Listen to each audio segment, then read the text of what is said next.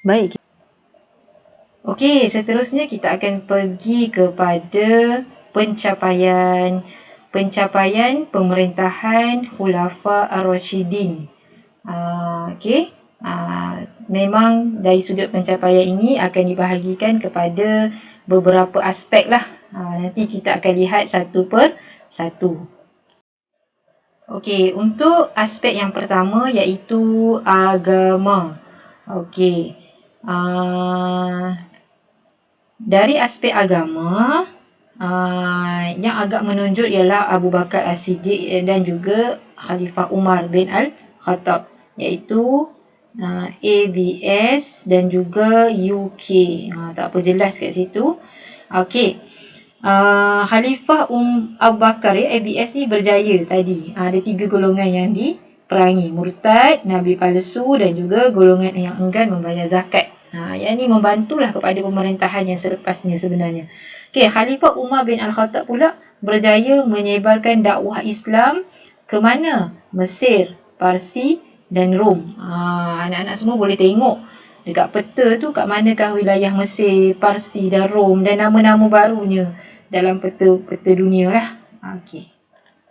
Okey, yang kedua ialah politik dari sudut pentadbiran atau pengurusan pentadbiran negara. Kita tengok pada ABS dulu ya. Okey, ABS dia membuka wilayah baru pada sebahagian wilayah Iraq dan wilayah Syam. Itu antara kejayaan pencapaian Khalifah Abu Bakar As-Siddiq. Okay, kita tengok Umar pula ya. Umar Al-Khattab iaitu UK menubuhkan Majlis Syura iaitu majlis tertinggi untuk mesyuarat hal urusan dasar negara dan sebagainya ya. Dan adalah keanggotaan yang tertentu supaya keputusan-keputusan penting dalam negara dibuat dalam urusan Majlis Syura ni. Kemudian ada jabatan tentera Umar kan waktu itu. Dan jabatan polis, jabatan percukaian, jabatan perbendaharaan negara dan semua jabatan ni ada dalam pentadbiran kita sekarang iaitu negara kita lah Malaysia kan. Dan jasanya adalah daripada Saidina Umar bin Al-Khattab. Dan seharusnya pemimpin zaman sekarang mengambil Khalifah Umar bin Al-Khattab ini sebagai kita kata contoh tauladan dalam kepimpinan zaman sekarang. Okey, yang ketiga Uthman bin Affan iaitu UA berjaya mematahkan pemberontakan.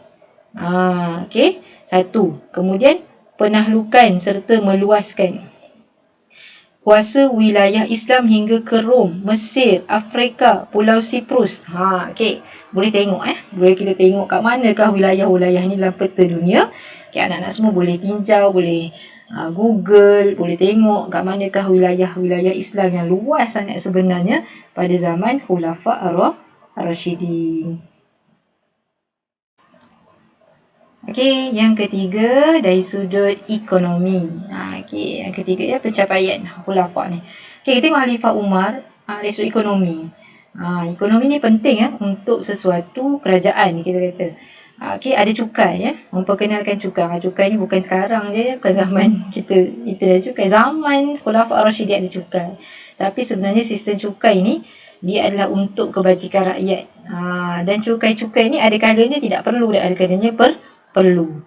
Okey. Seterusnya memajukan sistem perairan dan saliran melalui terusan di Mesir dan Busrah. Okey, sistem perairan ni sangat penting untuk satu tamadun. Okey, kerana dia mempengaruhi sistem ekonomi terutamanya bagi yang ekonominya tentang pertanian. Okey. Dan seterusnya mengemaskini institusi Baitul Mal, institusi keuangan dan meneroka tanah baru untuk membanyakkan hasil pertanian. Buka lagi tanah, dapat lagi hasil. Dan hasil itu boleh balik kepada rakyat pada waktu itu. Okey, jadi ekonomi akan stabil lah. Okey, kita tengok pula Khalifah Ali. Tadi lupa UK, kita tengok AAT Ali bin Abi Talib.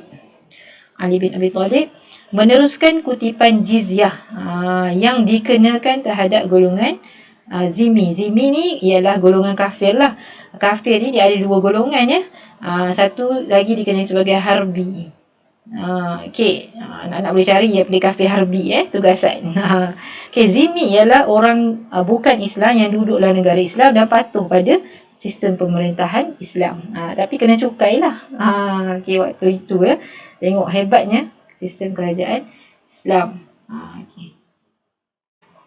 Okey, yang seterusnya ialah sistem sosial dalam bidang sosial dalam bidang sosial kita tengok pencapaiannya iaitu bidang kemasyarakatan ini kita tengok Khalifah Umar Al-Khattab. Okey. Khalifah Umar Al-Khattab UK. Okey, mengasaskan takwim Islam. Kalau kita tengok takwim Islam yang ada Muharram, Safar, Rabiul Awal, tu dia disusun semula dan diasaskan dengan mengambil kira bahawa hijrah Rasulullah itu sebagai bulan Muharram. Itu maksud dia. Kalau ada kira pada mana-mana kan, jadi adalah asasnya di situ.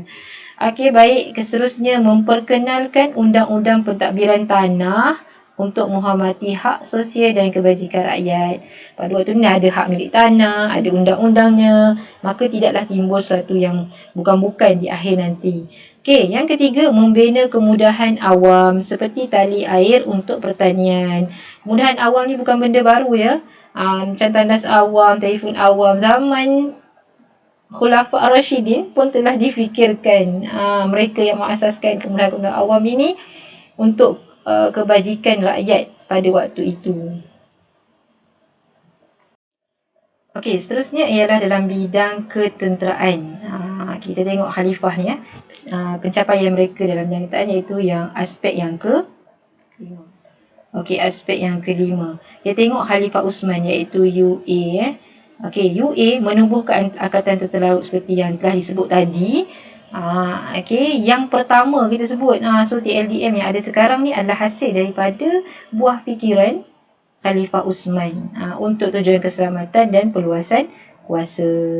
Okey, bagi Umar Al-Khattab iaitu UK meneruskan pembebasan negeri di wilayah Iraq pada masa itu. Membuka Baitul Maqdis, Palestin dan Mesir. Okey, maksudnya Umar ni lebih kepada perluasan wilayah. Nanti kita anak-anak semua, anak murid semua tengok di manakah kedudukan Palestin, Mesir, Rom, Parsi. Untuk tengok di situlah terletaknya kerajaan Islam Khulafa Ar-Rasyidin. Okey, ini adalah aspek yang terakhir iaitu bahagian pendidikan.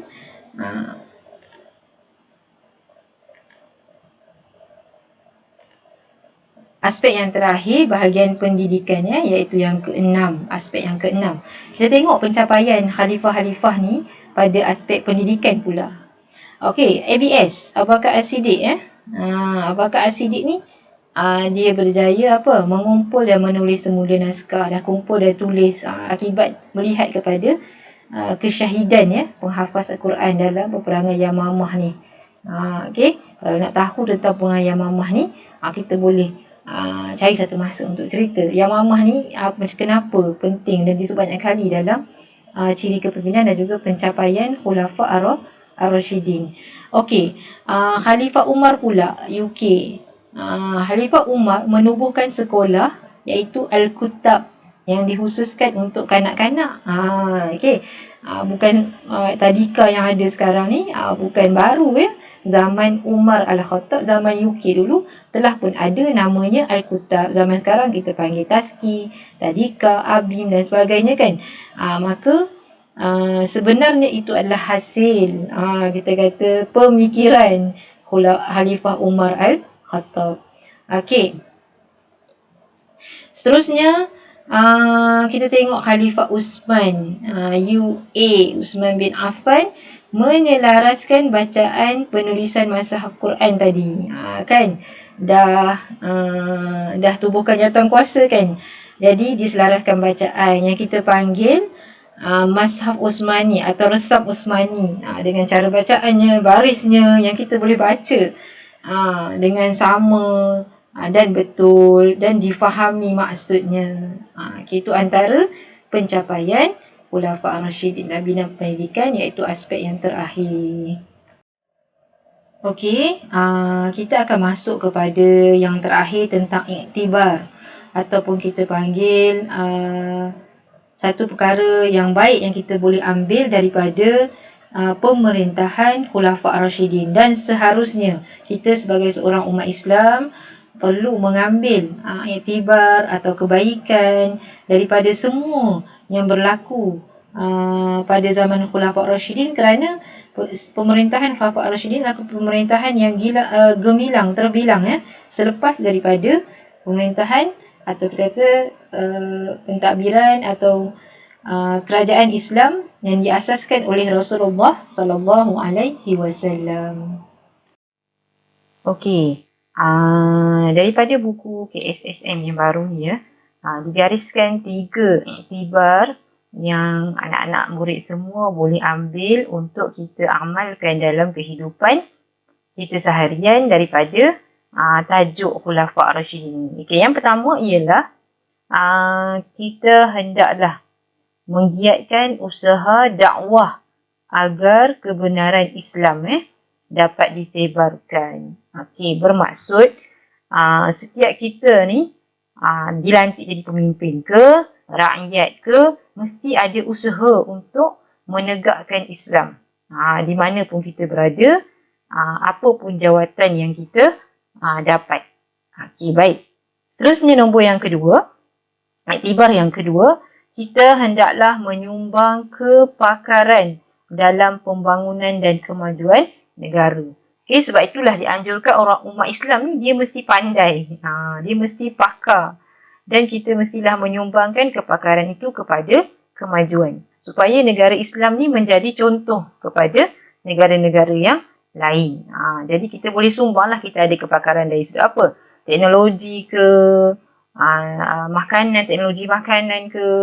Dan sebenarnya sumbangan kita untuk belajar bersungguh-sungguh dalam pelajaran hari ini pun adalah salah satu sumbangan untuk kemajuan negara.